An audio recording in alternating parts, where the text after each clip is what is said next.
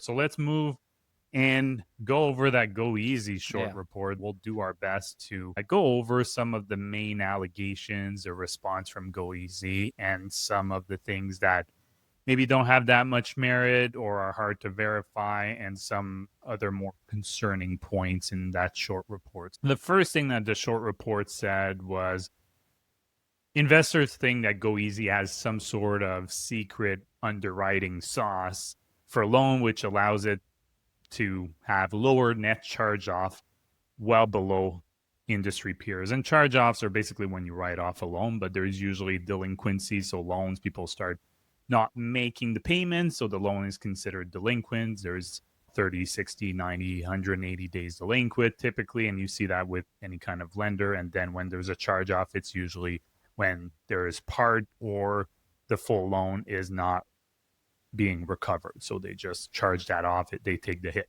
And Goeasy is under 10% for that charge off rate, that net charge off rate, while industry peers are sitting closer to 15%. And they say that it is because of creative accounting in regards to how they classify delinquencies and net charge off. They also allege that there should be a higher percentage of loan that should be classified as delinquent and not current.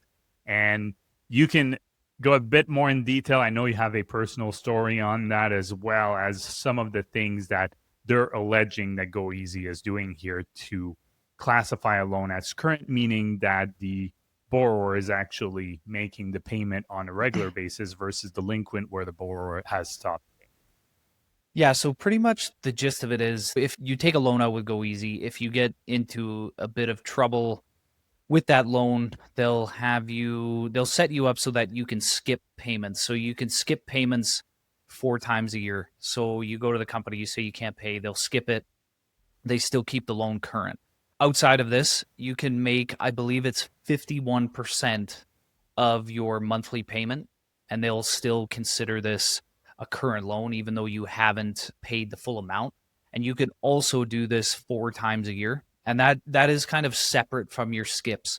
So you can combine this together. And can you remind me, that's what the short report is alleging, right? Yes. Not necessarily what they're doing in practice. Yeah. So this is kind of what the short report is alleging. I do know that skip payment exists because when I had my rental condo, I had a tenant that had gotten into a bit of trouble with Goeasy.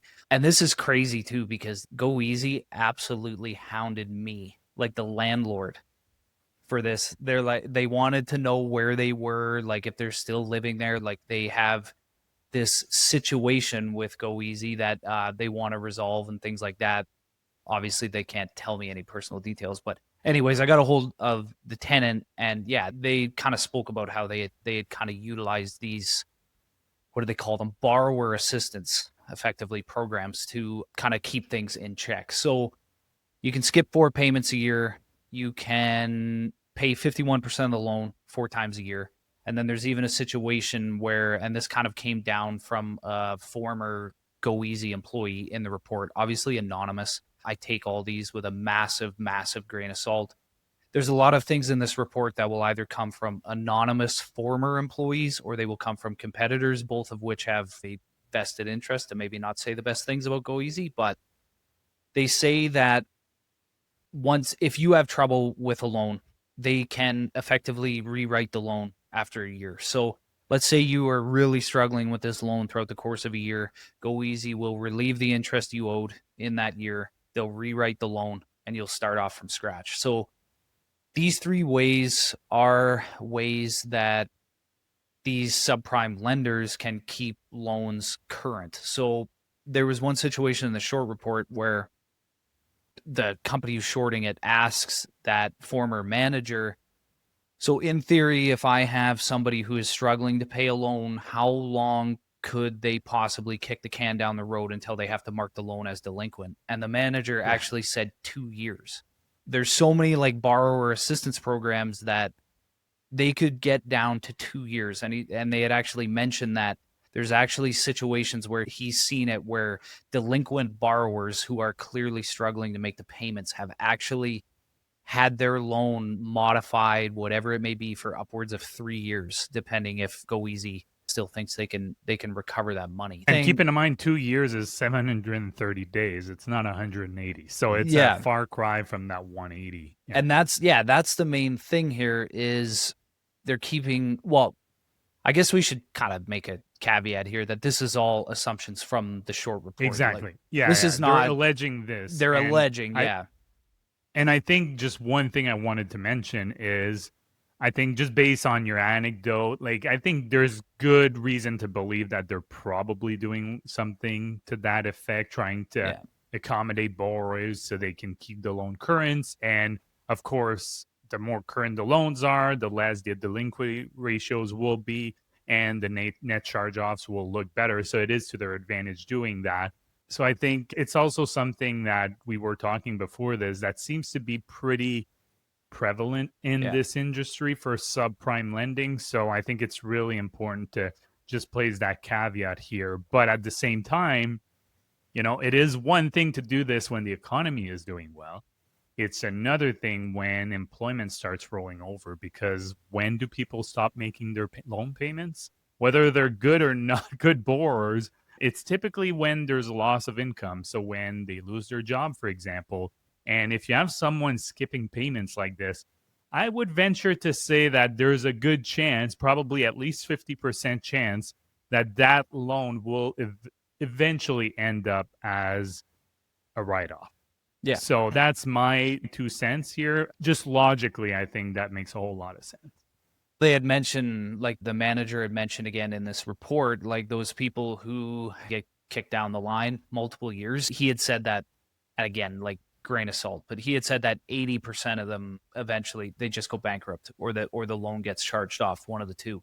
The people who get in a lot of trouble, like, are truly utilizing every type of assistance program they have. And when you first read this report, you'll probably read this type of stuff and be like, wow, like, this is crazy. Even when I first read this, I was like, holy, I did not realize they were doing this.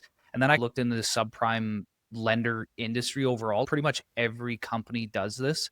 The short report kind of frames that as if Goeasy is the only company doing this. They're not. These subprime lenders, like, there is people, don't get me wrong, there's people who have gotten into a bit of trouble credit wise and are trying to repair their credit, but a large chunk of the loan portfolio at Goeasy will be terrible borrowers, and terrible borrowers tend to miss payments. They tend to skip payments, things like that. So these assistance programs are put in place to lower the chance of default. But the thing that is not clear, the thing that I couldn't find, is if somebody like another alternative lender is doing what Goeasy is accused of doing and is keeping these loans current. I don't know if they're going delinquent on these borrowers assistance. Like, say we go past 90 days and they're still in borrowers assistance and they go delinquent, they mark the loan as delinquent, whereas Goeasy is accused of keeping it current. And let's move on to the part here that is easily verifiable, and that is frankly quite concerning. Yeah. So this I took straight out of the financial statements. Essentially, it looks at the gross loans and compares those with the interest receivable. So interest receivable, essentially what it means is it goes on the balance sheet as an asset, and it's the amount of interest that they've accrued on the loan from a borrower, but the borrower actually hasn't paid yet. When it's that situation, there's probably a high proportion of these interest receivable where the borrower is at some stage of delinquency. Of course, there could be a timing issue depending on when the payment is due and all that stuff. But what's really concerning, if you go back to 2020, the percentage of gross loans that were in interest receivable, it was around 1%. So 2020 to 2023, around 1%, range of 1% to 1.33. And then you see that jump to 2.09% 2024 and 2.58% 2025. And it's even more stark when you start looking at interest income compared to interest receivable. So the reason why that's important is interest income actually goes on your income statement, and it will, of course, help your earnings and your earnings per share, what Bay Street and Wall Street focus on during earnings season. So the way accounting works is they classify that as interest income, even though they may not have received that payment just yet. And what you start seeing here is that the interest receivable compared to the interest income has also ballooned much faster than the interest income. So back in 2020 to 2023, again, that's kind of more the normal year. So you're looking at a range between 14 to 17%, the interest receivable compared to the interest income.